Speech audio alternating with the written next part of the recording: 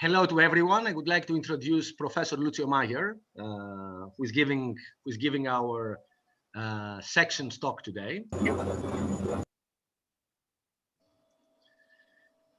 So it's a real pleasure having Professor Lucio Mayer with us today, a dear friend and a long-term collaborator. Some of Lucio's background in terms of academic accomplishments. Lucio obtained his PhD from the University of Milan, working with Monica Colpi and Fabio Governato.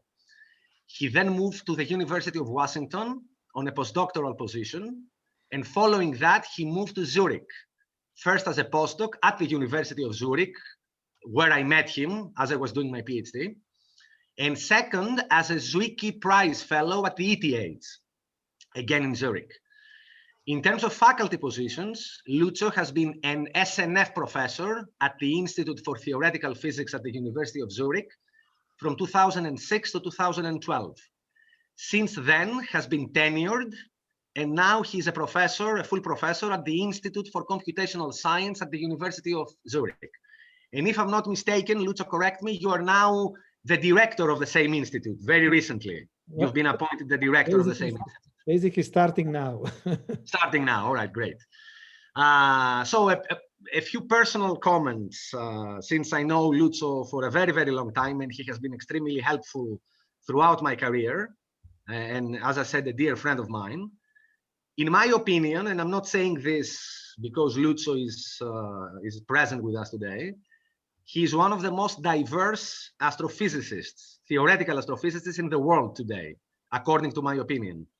And I can support that claim by saying that he's working on an extremely wide range of topics in structure formation, both at large scales and at small scales. Specifically, he works on the formation and evolution of galaxies, so galaxy formation, the origin, growth, pairing, and coalescence of supermassive black holes, so very small scales. And in between, he's also working on star formation, on the formation of protoplanetary disks and massive planets. So this, I think, demonstrates how diverse his research is. Lucio uses primarily numerical simulations for his research, but he also employs analytical and semi-analytical methods and models.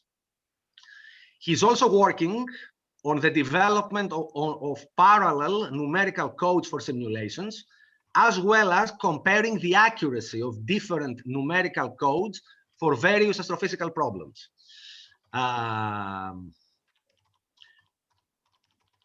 The title of Lucio's talk today is The Pathway to Massive Black Hole Mergers in the Landscape of Galaxy Formation.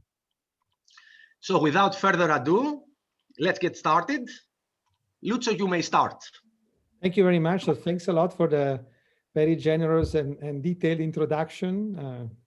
I can say that it's been a pleasure to collaborate with Stelios in all these years. And I'm really sorry that I cannot be there in person and give this talk in person. I hope it will happen in the future, maybe not too far in time. Okay, so let me start then with the topic of today. As Stelios mentioned, I will be talking about massive black hole mergers in the context of galaxy formation. Here I have a long list of collaborators, primarily at the moment PhD students and postdocs in Zurich, but also other faculties like Stelios and others in the US and across Europe. The supercomputers, as Stelios mentioned, are a main tool in developing this type of research. And you can see here a picture of BitsDaint. That's the biggest and fastest machine that we have in Switzerland. Is also one of the 10 fastest supercomputers in the world. And it's thanks to it that we've done several of the calculations that I'm showing today in the last years. So the area that I'm going to talk about is really multidisciplinary in a sense. I think it's really a place where many exciting areas and fields of physics and astrophysics come together for the first time. It's about black holes, of course, both about the physical and the astrophysical aspects of black holes. It's about galaxy formation. It's about gravitational waves, and it's also about cosmology.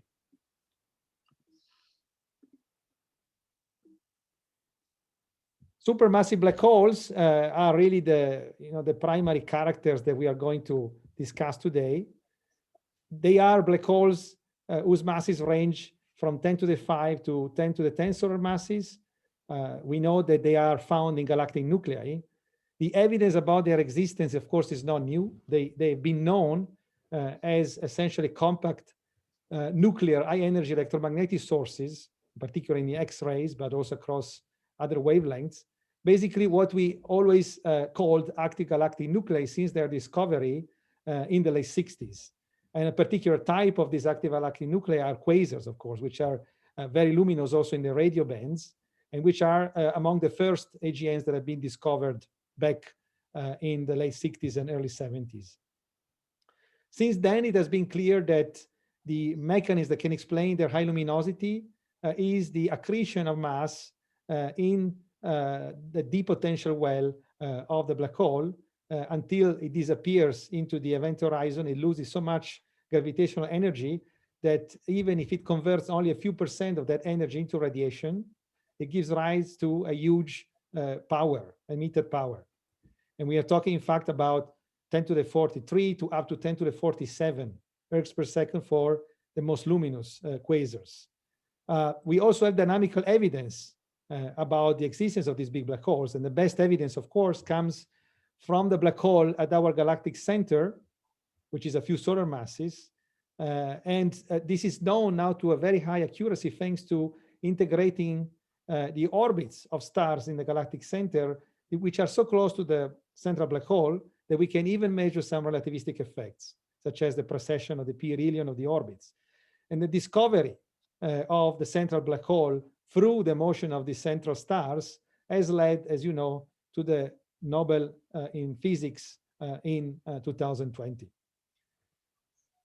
So the accretion disk or the accretion envelope, if it's not a flattened disk, it could also be a more extended object, is really the place where the matter moves towards the black hole and generates the energy that we then catch as electromagnetic emission. Now, this mechanism of electromagnetic energy emission in the accretion process is not only happening for the very big black holes, the supermassive black holes, but it also happens for black holes that form at the end of stellar evolution. So it's a general process. In fact, even for stellar mass black holes, we can detect the X-ray emission when they are in binaries, when they have a companion star, because then they accrete the mass, in this case, coming from the companion star. These are the so-called X-ray binaries. But the physical process is the same. You generate luminosity through the emission of electromagnetic radiation during the accretion process. So now, if you combine all the evidence that we have, both on the small black holes, stellar mass black holes in the galaxy, and on the supermassive black holes, and you try to build a sketch of a mass function of black holes in the universe, you end up with something like you see in this slide. So we have the yellow distribution, which is in the stellar mass black hole range, which has been known for a long while. Then we have the blue distribution, which is in the supermassive black hole range. And then we have a kind of desert between these two, which is the realm of what we call intermediate mass black holes, which until very recently were just an hypothesis. But we now know that these intermediate mass black holes, which have masses between 100 and 10 to the 5 solar masses, actually do exist. We know that very well now because, as you probably know, in September of last year, the LIGO Virgo collaboration has discovered the first evidence, direct evidence of an intermediate mass black hole through gravitational wave detection. So what they actually did, and this is the object that is indicated here with the red arrow, they detected gravitational wave emission from a black hole of a mass of 150 solar mass, roughly 150 solar mass, which was forming out of the merger of two black holes of about 60 and something like 40, 50 solar masses. And so these two black holes, which were at the limit of the high mass end of the stellar mass black hole range, they are also puzzling by themselves because they are in the so-called plane instability gap. Basically, they should not be there because supernovae in this mass range typically explode and leave no remnant. They probably form by the coalescence of more than one stellar mass black hole in a star cluster, but they produced an intermediate mass black hole. So we now know that these objects also exist. So the populations of black holes are now very diverse. It's probably true that we have many black holes in this region here. We're just beginning to discover them now. Gravitational waves are, of course, a new tool that is available only since 2016, because that's when the first gravitational wave detection occurred, again, through the ground-based LIGO Virgo collaboration, the LIGO instrument in particular. At the time, Virgo was not online yet. And gravitational waves are emitted by accelerating masses in the strong field regime. So they are a prediction of general relativity since 1916. When you have two masses that are accelerating greatly, meaning they are in a very strong gravitational field, such as two black holes or two compact stars, two neutron stars orbiting around each other, the deformation of space-time that they induce through their very high mass as they rotate around each other gives rise to gravitational wave emission. In relativity, in general relativity, this is associated directly to the second time derivative of the quadrupole moment of the mass distribution. If you have a rotating binary of compact objects, you have clearly a quadrupole because you have a binary essentially. So the existence of quadrupole radiation has been verified for the first time back in 1974 when Olsen and Taylor discovered their famous pulsar, which also gave them the Nobel Prize. They found that it was this pulsar was slowing down at a rate which was consistent with the emission of gravitational waves. But the first direct detection, as I said, is only in 2016. So this opened a completely new field. Here you see a nice example of a propagating gravitational wave. The wave is propagating in this direction, but the deformation that you see is happening perpendicular in this direction or in this direction, perpendicular to the propagation. Okay, and so it's a multidimensional propagation deformation. It's effectively described by a tensor, which is called the strain, and which has an amplitude related to the quadrupole moment. And this is important to know because it helps to understand what I will tell you later about how you can detect gravitational waves from merging black holes. Now, let's say that we now believe that black holes in a variety of mass scales exist, and then we can also have gravitational waves emitted when two of them rotate around each other and eventually fuse into one. Then there is also the context of the large scale. There is the context of galaxy formation. So the large black holes, as we said, they live at the center of galaxies, galactic nuclei. The current paradigm of galaxy formation is based on a model which we call lambda cold dark matter. And in such model, most of the energy density of the universe is due to the cosmological constant. And then some fraction, significant fraction, is also due to dark matter, cold dark matter, collisionless dark matter, which responds only to gravity. And then baryons and neutrinos and photons only give very small contribution to the energy density, but of course they are the things that we can detect. They are the matter that visible galaxies are made of. In this type of cosmological scenario, the gravity trigger is what determines the formation of structure, and is the gravity of the dark matter component in particular. And halos of dark matter form in hierarchical fashion, so from small scales up to larger scales by merging together. And galaxies then form as well inside these halos by baryonic matter that condensates by cooling inside dark matter halos. So galaxies themselves form hierarchically as their halos that host them. And as you can see in this movie of a cosmological simulation of galaxy formation, a big galaxy, a spiral galaxy, like in this case, forms from the merger of many smaller galaxies over billions of years from very early times until the present epoch. Typically, there is a merger every 1-2 billion years per galaxy. Here you see a merger tree.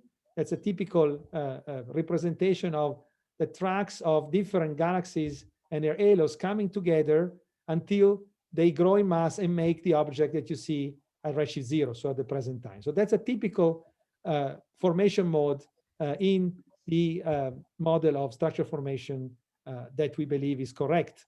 So then if you put all together, you have black holes at the center of galaxies that weigh from 10 to the 5 to 10 to the 10 solar masses. You have galaxies merging inside their halos in our picture of structure formations. It follows then when galaxies merge, they probably lead also to a merger of the two black holes at their center, because most galaxies seem to have a central massive black hole.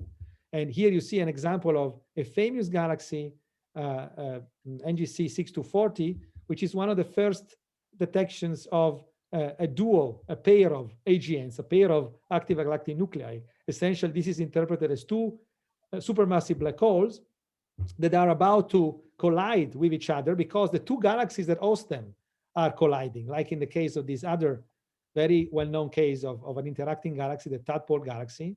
So the galaxy merging is probably triggering the merger of the two black holes. And when this happens, they will emit gravitational waves, which we can detect.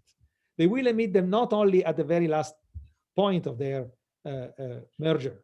They will emit them already when they are at separation such that they lose enough energy by inducing this deformation of the space-time structure, which determines the gravitational wave emission.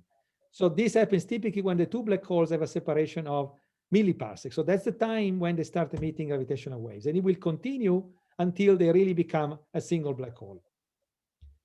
Just to give you an example, when two black holes of about 10 to the 6 solar masses, like the black hole of our Milky Way, are at about milliparsec separation, they will merge in 10 to the 7 year, exactly because they lose orbital energy by gravitational wave emission. So that's the time scale of gravitational wave emission for two black holes at that distance. How do we detect gravitational waves? Well, from the ground, we have had LIGO and now Virgo. But from space, in 2034, we will probably have LISA, the Laser Inteferometer Space Antenna, which you can see here in this picture. It's a collection of three probes, three spacecrafts in an equilateral triangle configuration, linked by three laser links, which essentially are doubling because they go in both directions. So it's essentially 3 by 2 laser links. This configuration trails the Earth at a distance of about 50 million kilometers.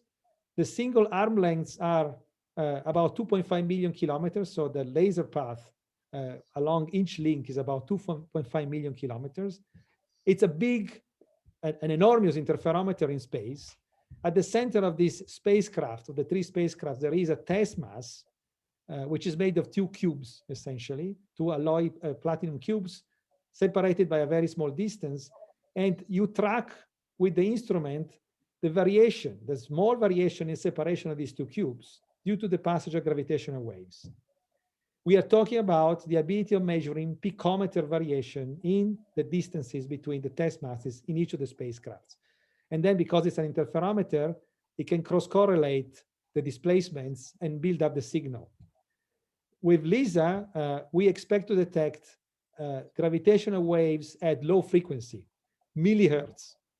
And this allows us to find in the universe the mergers of black holes of 10 to the 6, 10 to the 7, and even down to 10 to the 4, 10 to the 5 solar masses. So pretty much across the intermediate mass black hole and some of the supermassive black holes, not the very largest supermassive black holes. Here you can see a sketch of the characteristic strain, which is this amplitude of gravitational waves, essentially this deformation that you saw in the movie before, which is perpendicular to the propagation. This is really squeezing and pushing space-time, and that's what determines the distance change in these test masses in the spacecrafts. So the characteristic strain as a function of frequency is really the relevant quantity that tells us how the instrument works. And this curve is the sensitivity curve of LISA. You see that we are talking about frequencies over a certain range, but typically in the millihertz regime. And anything below this sensitivity curve is too faint to be detected by LISA. The strain of the waves is too low in intensity. And if anything that instead is inside the curve is detectable. You see this nice colored paths, which are essentially a simplification of the frequency evolution of a source of two binary supermassive black holes on their way to merging. The case up here is for 2 × 10⁷ black holes, 2 × 10⁷ solar masses, 2 × 10⁶ solar masses, and 2 × 10⁵ solar masses black holes. And you can see that the lowest is the mass of the black holes, the longer is the time I can actually follow the signal from a year before they merge until the merger, which is basically when the peak is, and then suddenly the amplitude decreases because the merger is over and it goes out of the detection curve. 10⁶ solar mass black holes are sort of in the middle of the curve, and the largest 10⁷ are starting to be borderline detectable. 10⁸ would be here, so it would be barely detectable by LISA. There are other sources that LISA can detect, very small black holes falling into larger ones, which are called extreme mass ratio in spirals, galactic binaries, which, binaries of white dwarfs, sorry, neutron stars, and stellar mass black holes. I won't talk about them, but they're all in this region of the detection curve. The interesting part about the mergers of big black holes is that they are detectable by LISA at all redshifts, essentially. When I say all redshifts, I mean we think the galaxies form around redshift 20 or 15, and up to that point, LISA will be able to detect mergers of supermassive black holes. You can see that here.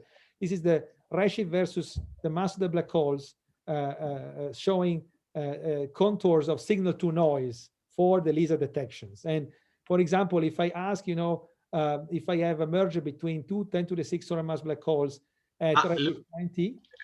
Lucio, yes? Excuse me for interrupting. Since there was this issue and we made you a host, there are many people waiting. So you need, since you are the host of since we had the problem, can you please admit them? I am admitting them. Yeah, sorry. Yes. Because we haven't tried to remake me the host. Yes, I'm admitting them now. So they will be, while I'm talking, I'm admitting them. Yes, all right. Yeah, so these contours tell you, as I was saying, the signal to noise limit at which you can detect black hole mergers of a certain mass as a function of redshift, which is on the y-axis. And if you ask yourself, will I be able to detect 10⁶ solar mass black hole mergers at redshift, for example, 18? The answer is yes, because you still have a signal to noise of about 50. You can see that here. And if you are a redshift 12, you have a signal to noise which oscillates between 150. And when you go to lower redshift, of course, it gets better and better. You have a signal to noise, and in some cases goes up to 1,000, which is quite impressive and amazing. So you can really probe the entire cosmic history with LISA, in principle, if these black hole mergers occur, of course, which we expect given the fact that any galaxy that we know of contains some black hole until you get to the very smallest galaxies, which may not have black holes, but that's another topic which I will only barely touch on later. Just to remind you, the relation between the quantity that you can measure, which is the strain, which is the quantity on the y-axis, and the properties of the black holes in the merger, the strain, the amplitude of the waves, is basically proportional to the reduced mass of the binary system divided by the distance of the system, the cosmological distance of the system, times the total mass of the systems divided by the binary separation.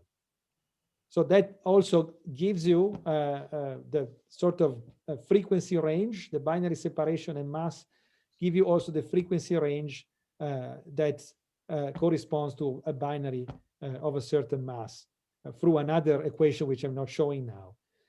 So the point about LISA is that by detecting these black hole mergers across the entire history of the universe, you can study the universe in a completely new way, and you can study various aspects of our universe. You can study, of course, the gravity itself, the nature of gravity, find deviations from general relativity. You can probe the early universe physics, the inflationary period, because even during that time, there might be sources of gravitational waves, not shown in this graph, but hypothesized by theorists. You can describe the structure formation itself by following the black hole mergers. They become like a beacon for galaxy mergers. So you can really use the black hole mergers to study the assembly of galaxies, essentially. It's a new way to map them and test even the cosmological scenario of lambda cold dark matter. You can even do cosmological testing of the luminosity distance, which is used, as you know, for example, to determine the existence of the cosmological constant itself with supernovae type 2. You can redo this using gravitational waves, which is called standard sirens approach. So it's a completely new window on our universe, which is, I would say, comparable to the jump in our knowledge that we had when the first telescopes appeared in the 1600s at the time of Galileo. It's really comparable to that. In the last 400 years, we have made enormous discoveries. So compare that to being at the same time of Galileo in this new era of gravitational wave astronomy. It's basically a very similar situation that Galileo had at the beginning of traditional electromagnetic-based astronomy. So, of course, we need to understand how to interpret the signals. Otherwise, we cannot use them to do all this fascinating science that we want to do. So we need to understand how the black hole mergers are related to these other processes. For example, the galaxy assembly and the galaxy formation. Given a known population of black holes at any redshift, so assuming that we know the population, meaning we know their mass distribution and their spin distribution, mass and spin are the two only fundamental properties of black holes from general relativity. They define a black hole essentially. Then the black hole merger rate that will be detectable by LISA, so the number of events of gravitational wave emission events per year, will be somehow determined by the rates at which galaxies merge, convolved with the time it takes for two black holes at the center of the two galaxies to come together. The two processes, the galaxy merger and the black hole merger, are not the same because galaxies might merge on a central time scale and the black holes might merge on a different time scale inside the two galaxies. And this is really one of the key challenges to understand. There is also the aspect of knowing in the first place the distribution of masses of black holes at any redshift and the distribution of spins of the black holes. That has to do with the formation of the big black holes, the origin of them and the growth across time. I won't talk about that. I will focus on the aspect of the mergers. So the current picture, the current scenario that we have for black hole mergers is the following. That the idea is that you have a first stage, which is, of course, starting when the two galaxies are already approaching each other, but they're still very far apart. They are maybe still at 100 or 10 kiloparsecs away. So talking about, tens to hundreds of thousands of light years away. So they're still relatively far. The two black holes are sitting at their center and they're just moving with the galaxy. This stage one ends when the two galaxies fuse into one, in the sense that you don't see anymore two separate galactic nuclei. You have only one galactic nucleus. And the two black holes will find themselves at the end of stage one inside the merger remnant, inside the nucleus coming from the fusion of the two galactic nuclei. Stage two begins now with the two black holes in the new remnant. And the black holes have to continue approach each other through some mechanism that we will discuss in the next slides, so as to become a binary, a bound system, essentially. And this is happening at a scale of a few parsecs. So a binary of, say, 2 million solar mass black holes will become a bound binary, a real binary, when the two black holes are at separations of about a few parsecs. So you need to reach that stage first. Once you have a binary, you enter a new stage at even smaller scales, smaller separations, in which the two black holes become harder and harder in their boundness, if you want. Hardness is a nomenclature to say that the two black holes have a very high binding energy through their orbit. And eventually, when this hardening of the binary brings them to a milliparsec separation, they will start emitting gravitational waves. And that's stage 4. And in stage 4, we know actually better than, say, in stage 3 and stage 2, how to model the process, because it's essentially just general relativity We don't have the complication of astrophysics, the physics of stars and gas, which are highly complex. So this last stage is actually better understood than the previous stages. Now, we want to try to understand all the processes, so from stage 1 to stage 4. The total merging timescale of black holes of a given mass and spin, which is what we need to compute the merger rates expected by LISA, will be the sum of all the timescales of the different 4 stages. So the sum of the galaxy merger timescale, the timescale for forming a binary, the timescale to harden the binary towards the milliparsec separation distance, and finally the timescale to merge the 2 black holes through gravitational wave emission once they are at a separation of less than a milliparsec. They say time scales 2 and 3 are the most challenging to determine. And they are needed to produce merger forecasts for LISA, absolutely needed, badly needed, before 2034. In turn, if we understand 2 and 3, we can in principle reverse engineer the LISA event rates, so that the signals that we will discover, reverse engineer them so that we go back and learn something about galaxy formation.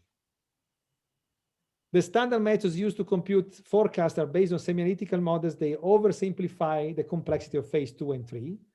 And in most cases, they don't resolve the processes involved in phase 2 and 3. So the bottom line is we really don't know how to make reliable forecasts for LISA at the moment. In fact, in the literature, you would find numbers that go across 2 or 3 orders of magnitude for the event rates, from 1 to 100, sometimes even less than 1 and more than 100 events per year.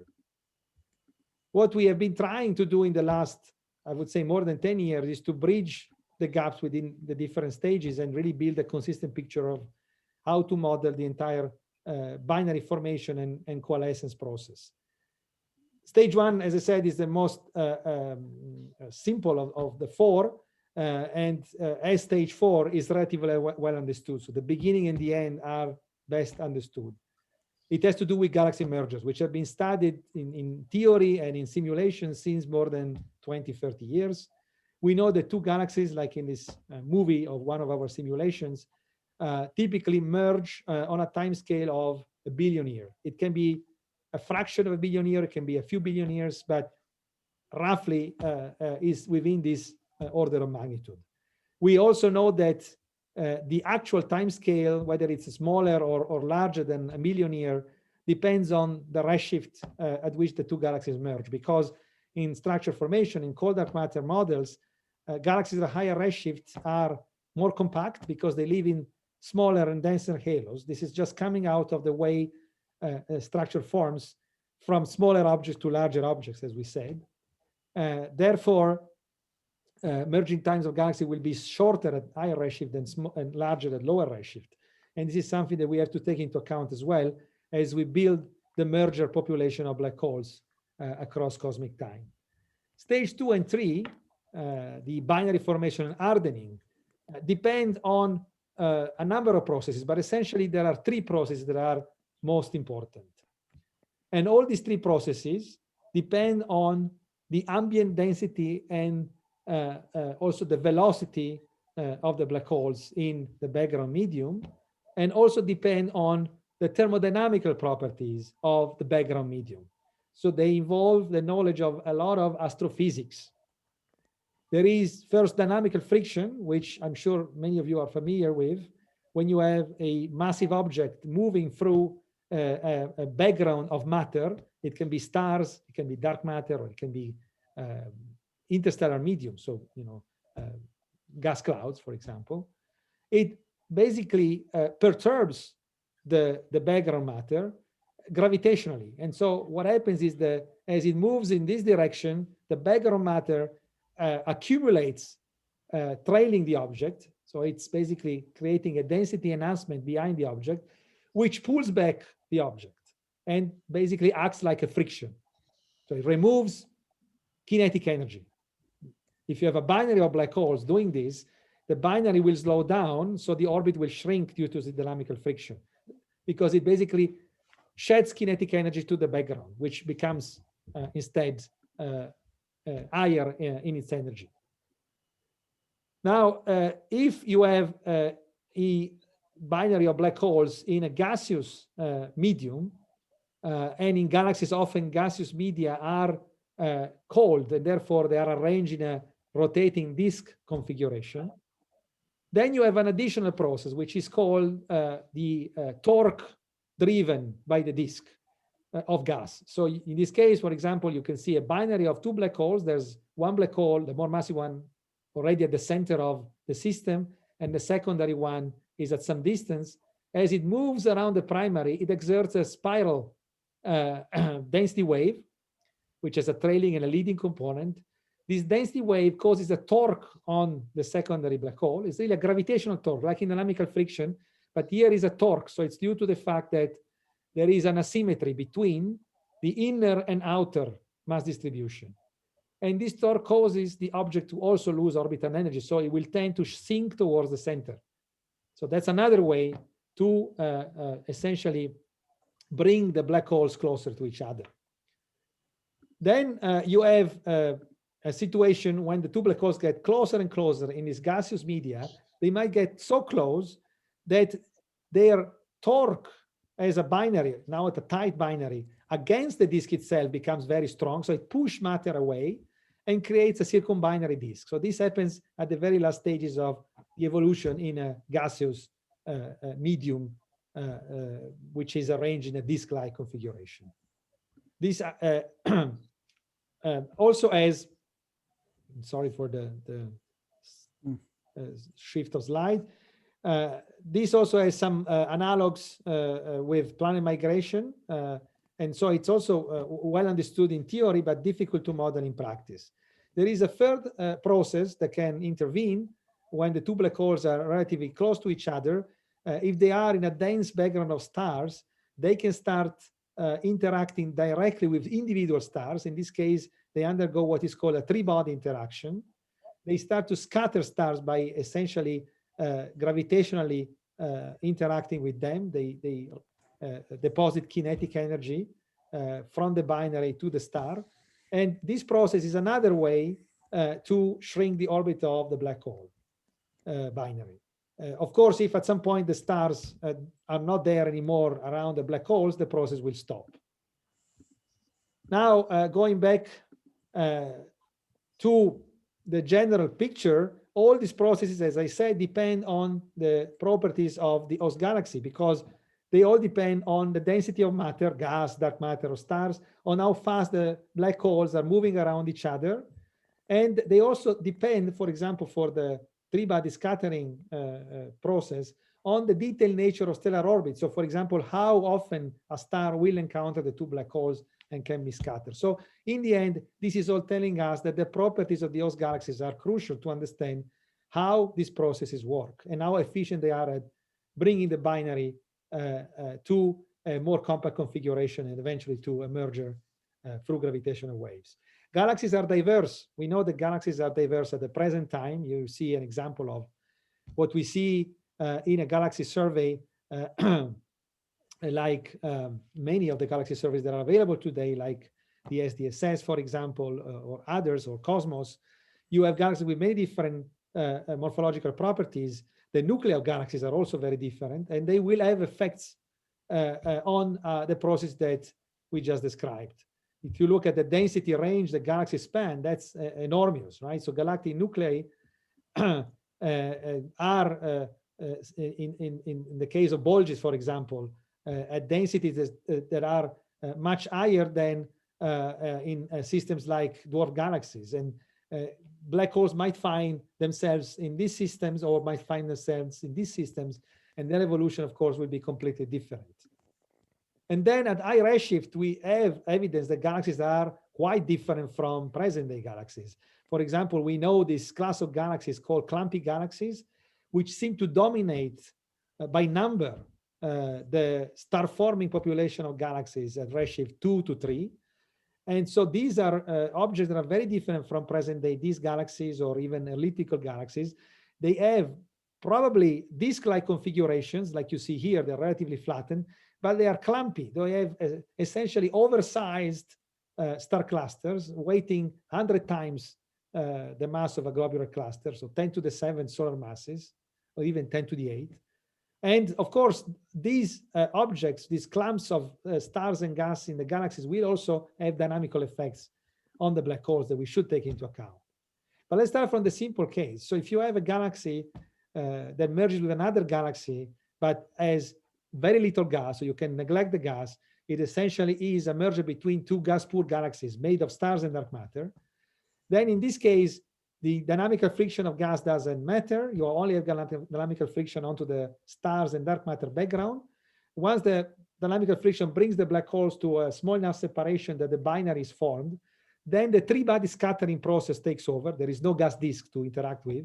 So it's only this three-body scattering between the binary and the black hole that matters to evolve the binary orbit.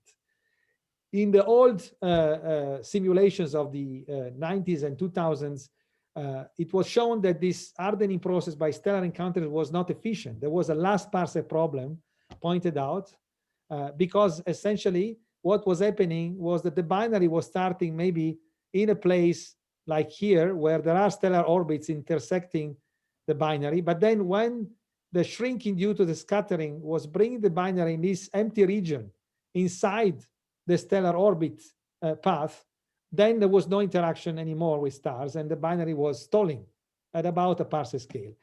But this type of situation where the stellar orbits have an empty region in the center happens only for spherical systems. When you have a system that is not spherical, which is the typical case in most galaxies, even in elliptical galaxies, the stars are not in a spherical symmetric distribution. They are in an elongated distribution. The orbits are much more complicated. Stellar orbits can cross the center in this X or this tube orbits configuration. There's always some star passing by the binary black hole, and so the process continues. And so today we know that there is no last parsec problem in gas-poor systems. The black holes can harden and reach really the stage of gravitational wave emission, but it takes long. It takes, in the models that have been published until a few years ago, it was taking 1 billion or even 3 billion years. So very long time. It means, for example, a redshift 2, where the age of the universe is 3 billion years, you would have no time to merge black holes. You should see no signal from LISA because it takes more than the age of the universe at redshift 2. So we decided already many years ago that looking at galaxies as completely gas-poor was certainly a limitation. Even in elliptical galaxies, you have some gas. And in spiral galaxies, of course, there is significant gas reservoirs, about 10% in a galaxy like the Milky Way, which is relatively gas-poor, 10% of the disk mass. So we found in work that pioneered the study of the effect of gas emerging galaxies on black hole binaries, that when you add gas in the galaxy merger, the binary of black holes forms in a much faster fashion. It basically forms almost 100 times faster than it would in a gas-poor system, and it forms in a circumnuclear gas disk at the very center of the merger remnants. And of course, we could not follow the hardening of the binary below parsec scales, but there was a strong indication that the gas would have had an effect also for the subsequent hardening of the binary. And then it was only until very late in the study of this type of processes, so only in the last years, that we and other groups were able to study the hardening up to the gravitational wave emission phase directly in a simulation of galaxy mergers. Actually, in 2016, we did that by using a cosmological simulation where we extracted two merging galaxies before they actually had fused into each other at redshift 3.5 or 3.6. These two galaxies at the time were two of these galaxies with masses similar to our Milky Way today. So it's like the Milky Way translated to higher redshift, merging with an analog object of more or less the similar mass, 1 to 3 in the merger ratio in mass. And then we used the multi-scale technique to increase the resolution in various steps, reaching sub-parsec resolutions at the end of the resimulation technique. In particular, around the black hole binary orbit, we were able to reach a resolution of 10 to the minus 3 parsecs and follow not only the hardening stage after the binary formation, but even go to the point where relativistic corrections are important and measure the coalescent time scale even in the gravitational wave emission phase using post-newtonian approaches, which allow to correct the gravitational forces, the Newtonian forces for relativistic effects. So this simulation was really one shot because it took a year to do on a supercomputer, but it gave a surprising result. The surprising result was obtained without including the gas at the very last stage. So we included the gas for most of the simulation, but not in the very last stage where the binary was getting harder because it was too computationally expensive to include the gas even in the very last stage of the simulation. But even without including the gas, what we showed is that as long as the gas was producing the binary very fast, as in the earlier studies, then the stellar encounters were enough to bring the binary to coalesce to really the stage of a gravitational wave emission in only 10 million years, which was an incredibly short time scale.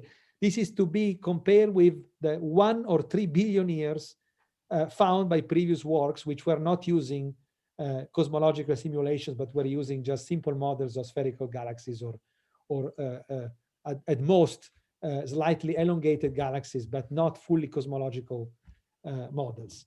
So why was there a difference in the cosmological simulations? Well, we looked into that, and the bottom line, you can see that here. If you look at the left plot, you can see these matching curves of different colors are different stages of the simulation with increasing resolution.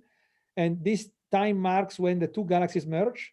The two black holes are now separated by about tens of parsecs. Then they start shrinking their orbit faster and faster. This green phase is where due to stellar encounters takes over. And then it's where they merge by gravitational wave emission. You can see that from the red to the end of the green line is slightly over 10 million years, which is what I said before. So what happens is why it's so fast is because the system is very dense because it's two galaxies merging at high redshift. And as I said at the beginning, cold dark matter, galaxies at higher redshift are more compact. They are denser by construction, by the pure nature of how the gravity works to build up galaxies across cosmic time. And also, the galaxies are highly deformed. They are not spherical at all. They are very aspherical. And here, this distribution is essentially showing to you the relative contribution to the loss of orbital energy of the binary, so to how fast the binary essentially shrinks to smaller scales, to smaller separations, by stars coming from different distances to the binary. And what you can see is that the most important contribution in removing energy from the binary comes from stars that are located at tens to 100 parsecs away from the binary. What it means is that stars move on very elongated trajectory. They come from very far, from even 100 parsecs, and then intersect the binary, which is already at maybe 1/10 or 100 of a parsecs of separation. And this is thanks to these very elongated orbits that you can always have some stars coming because there's a large reservoir at large scales. You don't rely on the local reservoir.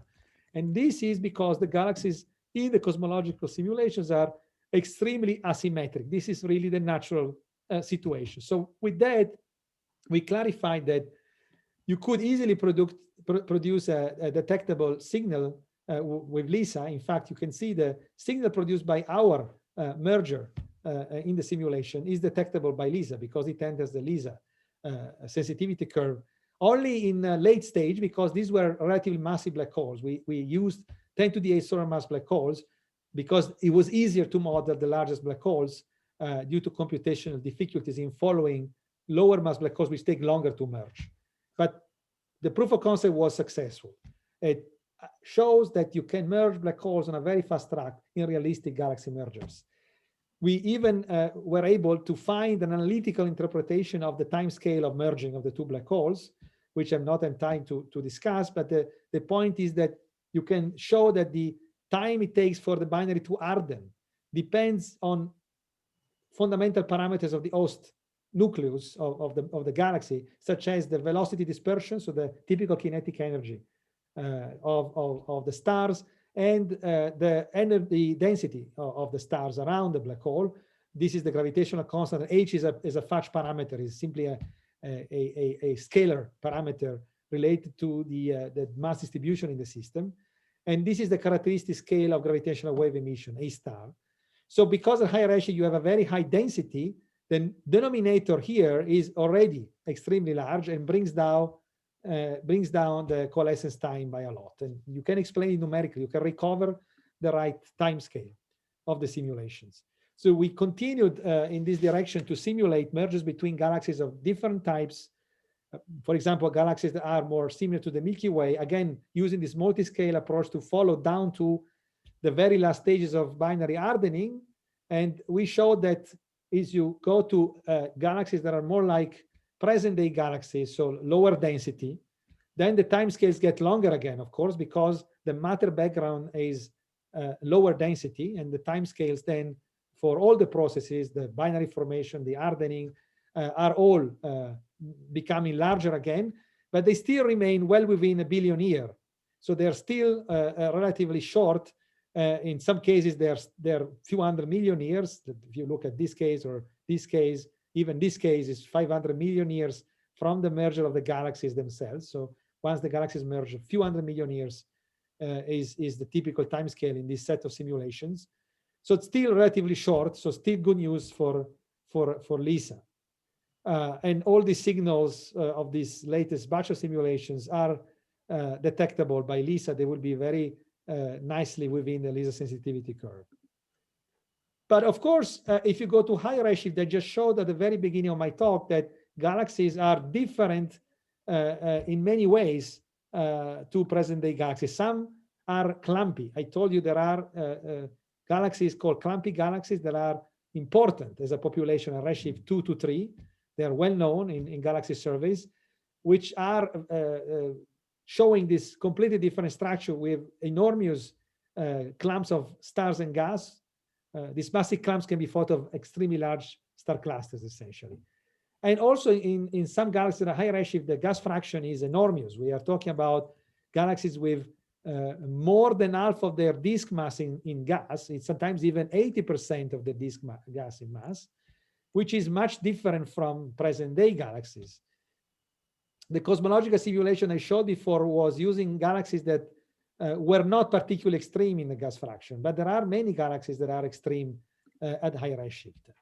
And so what we did is we, in the last years, we went on and tried to look at the detailed effect of the structural properties of high redshift galaxies. Why? Because LISA, as you saw, has a high signal to noise potential in the discovery space at even redshift 20. So we need to understand how this merger process happens even at very high redshift. And also JWST and ALMA, all the new instruments are discovering many, many galaxies at high redshift. So we are gaining lots of information on galaxies at high redshift. So we need to put together all this in a coherent way.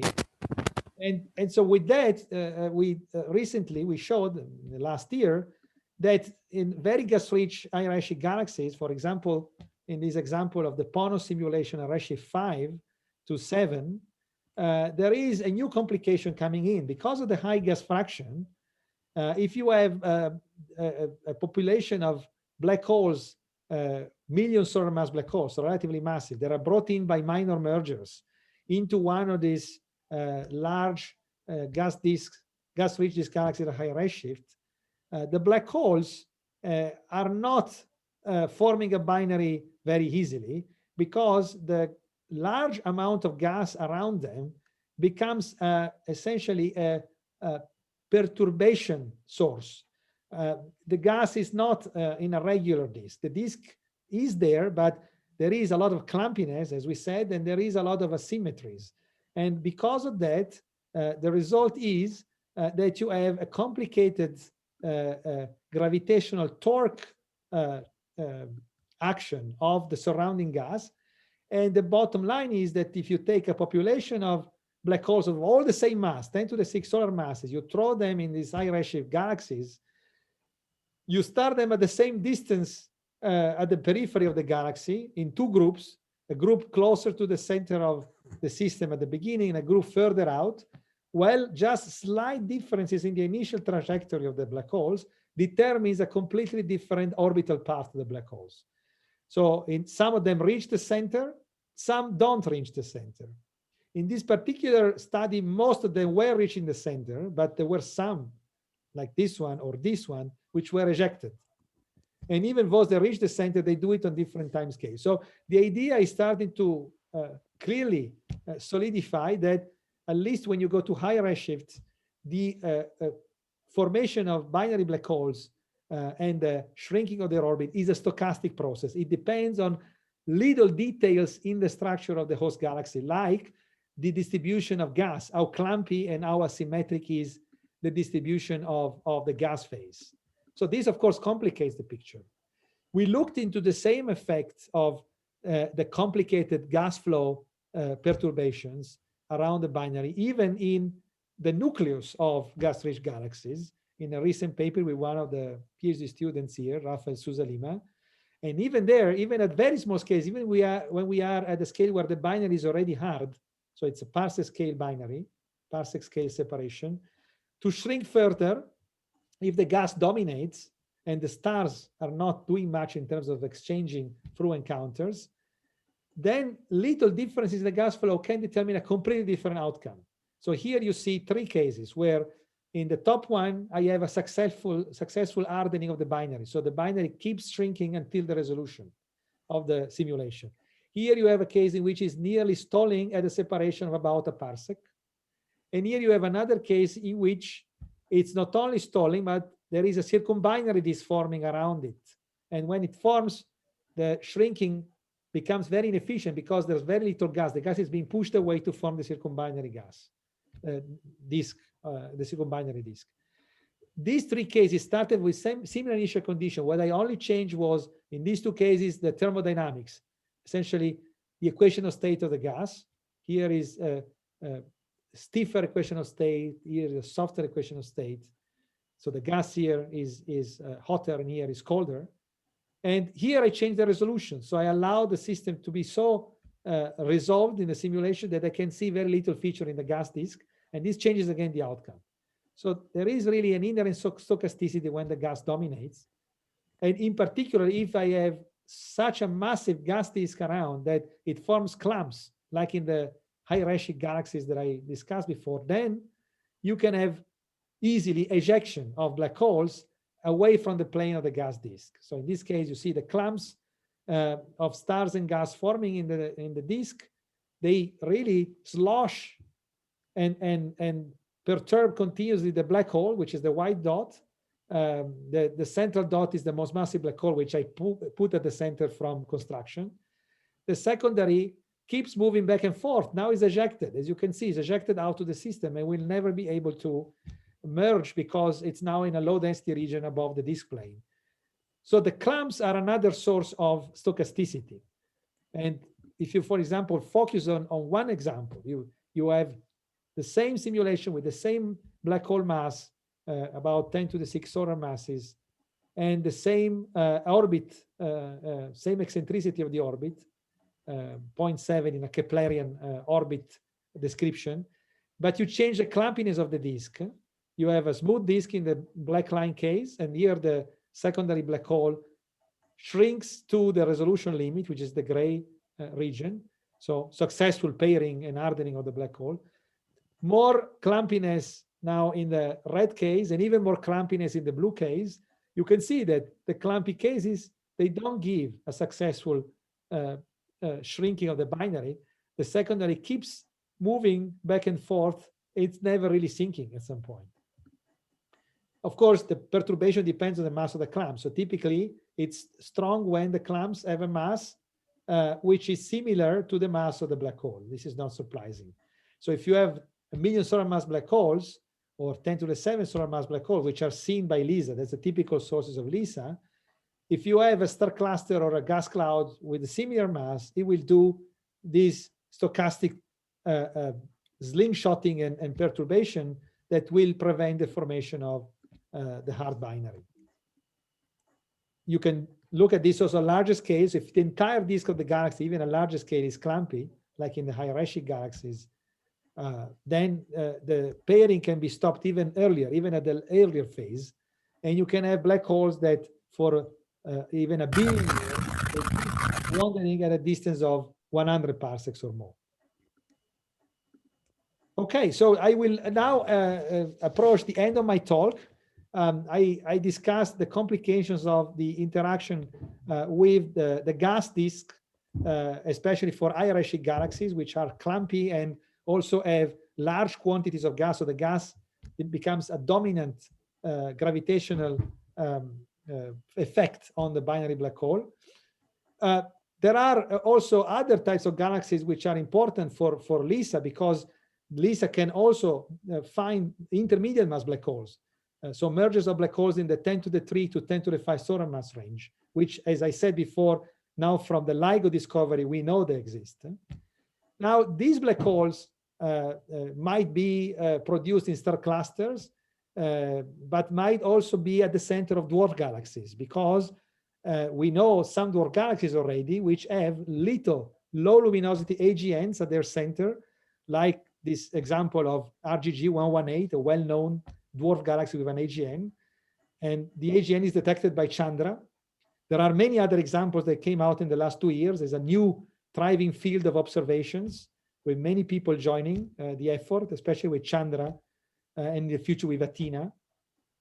And these small low luminosity AGNs in dwarf galaxies are powered very likely by intermediate mass black holes. If you assume that the black holes is emitting at Eddington, the mass of the black hole that you need to explain their radiation through the usual accretion process is around 10 to the 5 solar masses, sometimes even less. So they are intermediate mass black holes, essentially.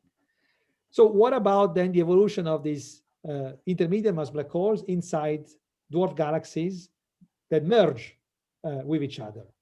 It's a completely new area that started out really with a pioneering study that we carried out here in Zurich, also in collaboration with Stelios, with Thomas Stamfel, one of the students in Zurich.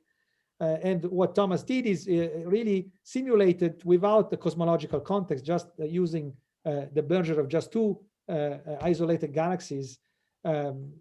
He simulated a very high resolution, the pairing of the two black holes, hoping to see the formation of the binary of the two intermediate mass black holes. So the two black holes have a mass of 50,000 solar masses. They are in identical dwarf galaxy models. So it's a one-to-one merger. The dwarf galaxies have an important feature, that their mass is dominated by dark matter. As you probably know, that usually is more than 90% of the mass of a dwarf galaxy. The dark material is the dominant contribution. So whatever the black holes do along their orbital trajectory, it should be mostly influenced by the interaction with the dark matter, the gravitational interaction with the dark matter, and not with the interaction, and not by the interaction with stars or gas. So we were hoping to see the imprint of the dark matter halo on the evolution of the orbit of the two black holes. We simulated the dwarfs as disks of stars embedded in a dark matter halo. The dark matter is modeled by a generalized profile, which for a certain choice of the power law exponents, gamma, alpha, and beta, reduces to the well-known Navarro-Franken-White profile, the typical profile of cold dark matter halos that corresponds to gamma 1, alpha 1, and beta 3. But we also looked at other inner slope choices, such as shallower slopes, almost constant density cores, gamma 0.2, or intermediate slopes, 0.6. Why? Because of two reasons. First, because in the last 10 years, it has become clear that baryonic processes, such as supernova-driven explosions, can generate fluctuations in the potential well of low-mass galaxies, dwarf galaxies, that affect the dark matter distribution. So the dark matter distribution is modified by these supernova-driven outflows.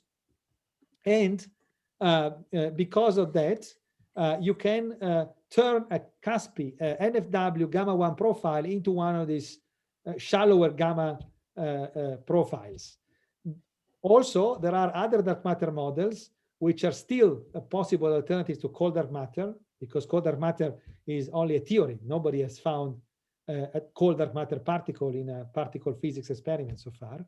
So these other models like fuzzy dark matter, warm dark matter, and self-interacting dark matter also give rise to different slopes of the inner dark matter profile, even constant density core. So that's why there is an interest in varying that slope. So you can see the three dark matter halo choices. That's an NFW, the black line, and these two are the intermediate and the very shallow profile, 0.6 and 0.1 inner slope. So you can see a nice movie here showing first the merger of the stellar components of the two dwarfs. The two black holes are the two dots at the center for the gamma 1 case. So this is the NFW profile case. You will see that very soon the two stellar nuclei of the dwarfs will merge and become a single remnant nucleus. And the two black holes come closer and closer. Now you don't see any separation anymore. This is because they shrink the separation until the resolution limit of the simulation allows it, which was very small. So we're talking about of order a few parsec scale. So they form a hard binary at a 4 parsec scale resolution. And we predict also with an analytical calculation that the hardening of the binary should also continue towards the gravitational wave emission phase. Whether it's fast enough depends, fast enough to generate a gravitational wave signal in, say, less than 1 billion years, will depend also on whether there is a nuclear star cluster, how dense is the central part. But it does continue, for sure, based on the analytical extrapolation of the numerical result. In the second case, which you saw on the right now, you have the same merger, but with halos with gamma 0.6 or shallower dark matter profile. And you see that in this case, the two black holes don't continue to shrink their orbit, but they stall at a separation of about 100 parsecs. So here is a stalling. It's really a case in which the binary stalls. So that's really the main result of the work of Thomas. You can see the decay orbital decay curve of the three simulations with gamma 1, gamma 0.6, and gamma 0.2. In the gamma 1, there's a complete binary formation, and the shrinking only stops when it reaches the simulation resolution. In the other cases, there is stalling. So it really seems that the dark matter halo profile determines whether the intermediate mass black holes in a merger of two dwarfs will form a binary and harden further or not.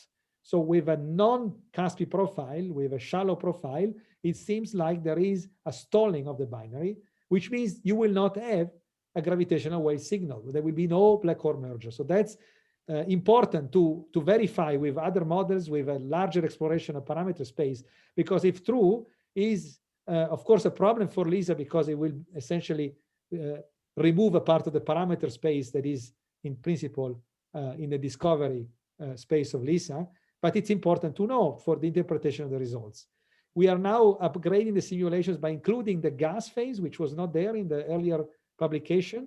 This is brand new results, it's still in preparation. So same dwarf galaxies now with also a gas component. The result seems to change. The result seems to change again. You see the gas phase is very concentrated at the end of the merger. The stars are much more extended. And if you look at the paths of the black holes in the three types of dark matter profiles, now they seem to all stall. They stall at different separations. So it's still true that the shallower profile leaves the black holes at a larger separation. So it's a more prominent stalling. But now even the NFW profile case seems to lead to a stalling. Why is that? We're still looking into that. One aspect which certainly is coming up is that the profile of the halos are changing over time, because now we have gas, we have star formation, we have supernova explosions acting along the way. And there are indications, although we have to verify that with deeper analysis, that the profiles, even in the case of the NFW model, are becoming shallower with time, and therefore they are not preserving the original gamma 1 cusp, which might be the reason why we see a stalling also in the original gamma 1 case. But it's still to be ascertained with further analysis. Let me conclude now with one last mention that the last step, stage 4, gravitational wave emission, I said at the beginning, stage 4 and stage 1, the galaxy merger, are the best understood stages, and 2 and 3 are the more complicated ones because there's more astrophysical processes playing a role. This is true only partially. Step 4 is understood in the sense that if you apply the gravitational wave emission predicted by general relativity in vacuum, which is encapsulated in a famous formula called Peters formula, which has been used for more than 50 years by all the people working in gravitational wave detection. If you stick to that, so vacuum for the last phase, it's correct and it's absolutely understood. But I told you that there is matter around the black holes, and this matter will always be there, even in the very last stages of the evolution of the two black holes.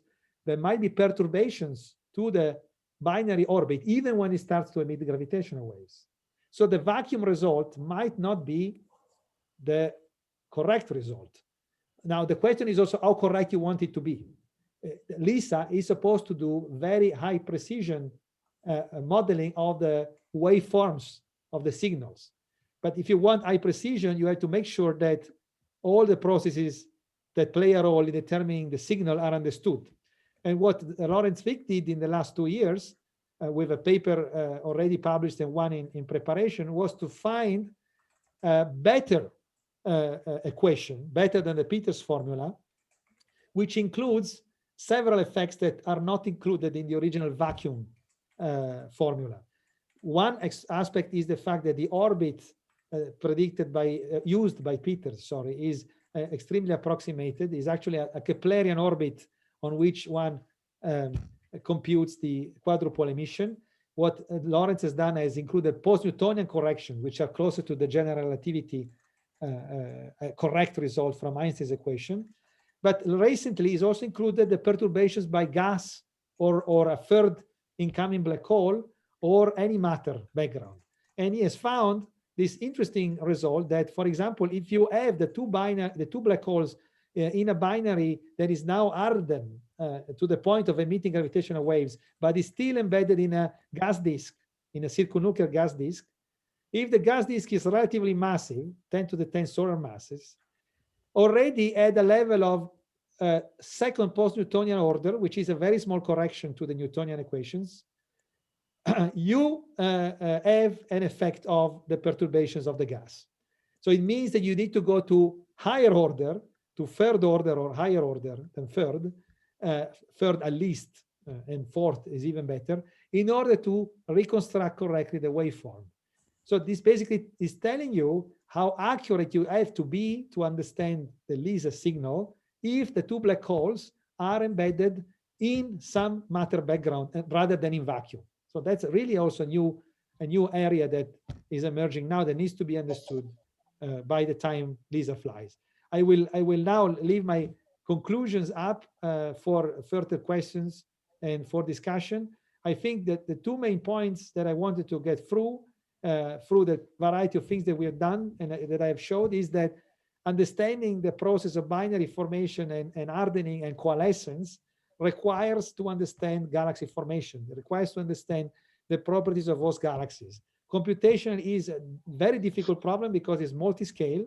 So it requires to patch together different approaches. There's no single approach that will give you the answer. In addition, we have found evidence that there is stochasticity in this orbital evolution of the binary black hole, high stochasticity, especially in high-redshift galaxies, which makes the problem even more complicated. But it also becomes fascinating because it calls for a new approach. And one approach that the community is discussing now in the LISA consortium, for example, is to use artificial intelligence, to use some emulators in order to avoid having to do a simulation that does everything, that does all the scales. But you treat one scale using an emulator based on machine learning, another scale you resolve directly, and then you patch them together. And I leave now the stage to the people for asking me questions. And thanks a lot for having me. So it was an extremely interesting talk. I really enjoyed it. Now there is time for questions. I will start. I have a couple of questions for you, Lucio. Since you're giving your talk in the beginning of 2021, and your talk, I guess, can be is related to the general theme of the coevolution of galaxies and supermassive black holes, if I'm not mistaken. So from your perspective, what is the most important result during the previous year, during 2020? I mean, of course, you're free to say something about your own work, but in general, in terms of the coevolution of galaxies and supermassive black holes, what would you consider the most important result of 2020? Well, I think really the most important result, well, let's say in our understanding of black holes in general, the most important result is definitely what I mentioned a couple of times in my talk. So the fact that LIGO and Virgo discovered directly the first example of an intermediate mass black hole. I think that's extremely important because it was always hypothesized that there are intermediate mass black holes. We have many mechanisms to form them in theory, but many people thought that it was just theory stream and they didn't exist. And what's happening with this discovery, like with other discoveries in the last years, it's showing that almost everything that theorists think about exists. Now, whether it's exactly how theorists have thought about them, we don't know, but it clearly shows that we need to keep thinking about the theoretical and modeling aspects, because often this is leading to something that really exists and later is really discovered. I think it's clearly showing that. And then I think the other, on closer aspects of the galaxy and black hole coevolution, I think the other important part, which is closer to what I discussed in my talk, is really this emerging notion of the stochasticity, which I also highlighted in my conclusions. This is not coming only from us. I mean, it's coming from different groups.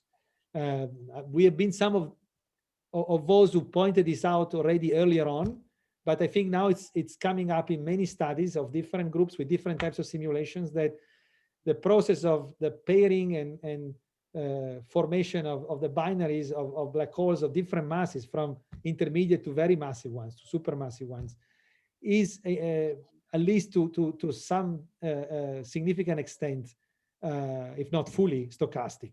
So it means we understand some basic process like dynamical friction, gravitational torques by the gas disk, but in order to make predictions, we need to model the stochasticity, and that's really the challenge ahead of us.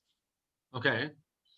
And so, I mean, I guess my second question is related somehow to what you said about stochasticity. So what are your future plans in terms of this? I mean, you think that you will try, your group and your group will try to model the stochasticity? You think there is another aspect of what you discussed that you will try to model in the near future? How you are planning to improve the things you talk to us about? Yeah, so that's really the key thing, that we cannot simply go ahead with brute force. So we the simulations that I showed, such as the Bortolas et al. 2020, so the Rashif 7 simulation with the black holes behaving stochastically, they are extremely expensive. So you can run only a few of them across many months. So you cannot hope to run a huge sample of these simulations and then determine statistically the behavior out of them. It's out of the options. You can use larger scale cosmological simulations, but then, as you well know as well, you don't resolve the process that I discussed. That's my starting point from the beginning of the talk, that the large scale cosmological simulations don't have the information to understand the pairing process of black holes. So then what you do? Well, I think you have to do the patchwork.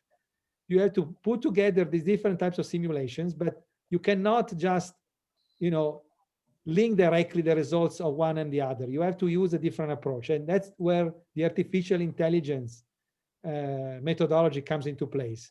So there are already in other areas, for example, in large scale structure, for the Euclid mission, for the estimation of cosmological parameters, right? There are already many efforts in using machine learning and artificial intelligence techniques to increase the prediction power of models. Large-scale structure is easier in a way because there's less astrophysics, of course, but we can imagine to do the same thing here. For example, you can imagine you run many small-scale simulations, not cosmological, but many small-scale simulations where you change the properties of your host galaxy by hand, and you look at how this affects the black hole binary evolution. And then the small-scale simulations are cheaper, so you can run many. And then you construct an emulator based on some machine learning technique, neural networks. And this emulator basically is able to replicate the results of the small-scale simulations. And then the emulator is implanted, like really like a, you know, an heart implant is implanted into the large-scale cosmological simulation. So then the large-scale simulation doesn't need to resolve the scales anymore. It's using the emulator, which is constructed from the small-scale simulations. That's one possible approach that I'm thinking about, and we are discussing it also in the LISA consortium, in the study group, in the science group of the LISA consortium, as a possible way forward. But it's just, for the moment, it's just an idea, and nobody has done it. Nobody has tried to do that in any form so far. Okay. Any other questions? I think everyone is muted. So maybe, since now you are the host, Lucio, can you please unmute everyone else so that they may... I think it was a bad idea that I made you the host. Let me see. In the end. Okay.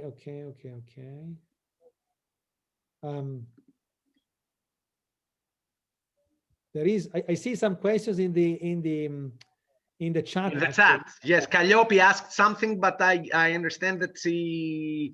Yeah, Lucio just gave the answer. Okay.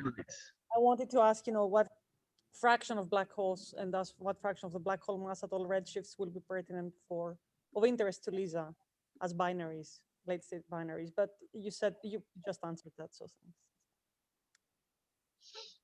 So you were asking, sorry, what fraction of you were asking about the masses?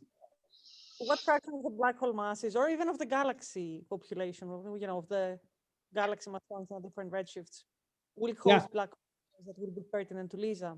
Yes. So the typical, so because of the black hole masses that LISA is sensitive to, which is again from 10 to the 3 to maximum 10 to the 7, 10 to the 8 is barely in the window.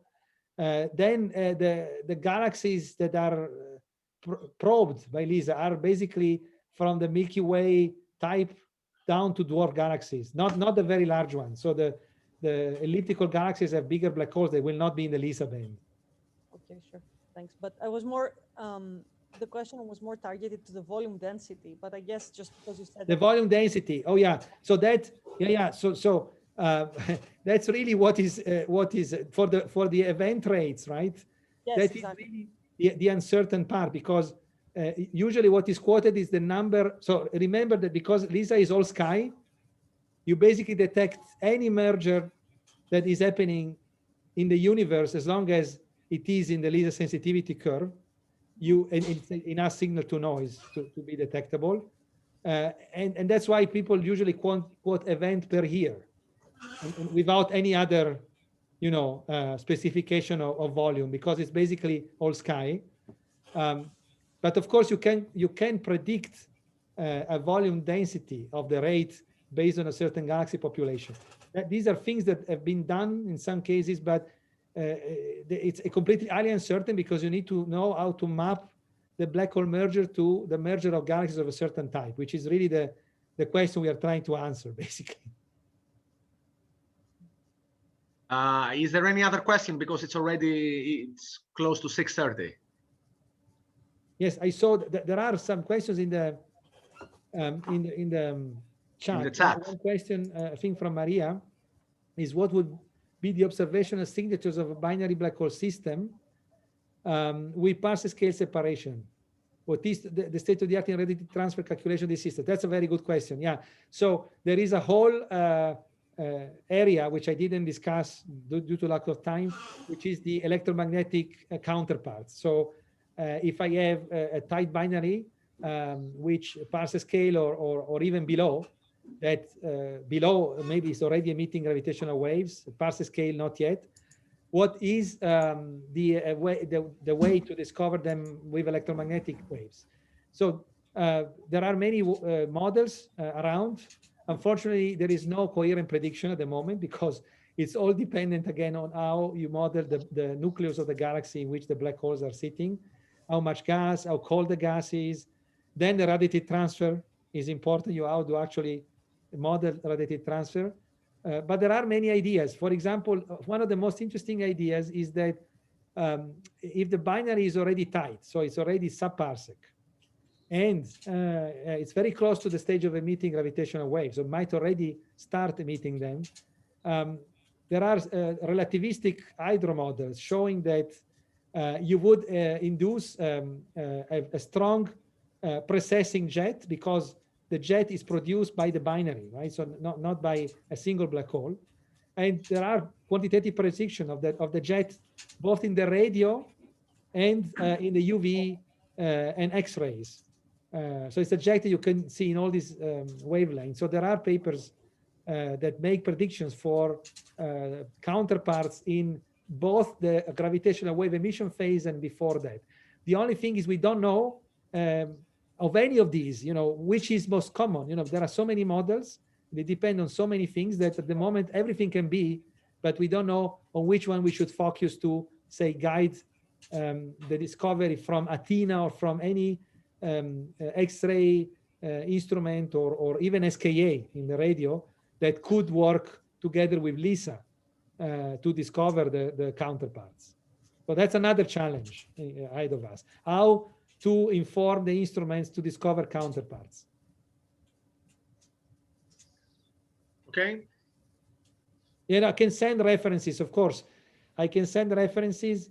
And by the way, I can mention briefly that I think one of the most interesting synergies is really between LISA and SKA, potentially, because of these jets that can be observed even in the radio during the binary hardening phase. And there is also this additional aspect that if you do observe a jet from the binary with SKA, this helps to improve the localization, the sky localization. If you improve the sky localization of the source, this helps also to determine the redshift of the source. And then this helps also to do cosmology with LISA, because you can do better the standard siren. So you can do the double diagram. Instead of supernovae, you can use gravitational wave sources. But the limit there is how good is the localization over the sky. And with SKA or any other counterpart in the electromagnetic domain, you can get it much better and determine the redshift. Okay. Is there any other question? Probably not. Lucio, again, thank you very much for taking the time to talk to us about these very interesting results. Do me a favor, send me the recorded talk to me and Maria so that we can upload it. Yeah. To where we usually upload it. Okay. And have a nice day, and I'll talk to you soon. Thanks a lot for having me, and hopefully we will do the next one in person. Of course, of course. Thank you very much. Right. Bye-bye, Lucio. Thanks, Bye to everyone. Thank you. Thank you very much. Thanks. Thank you. Thank you. Bye. Bye-bye, Lucio. Bye.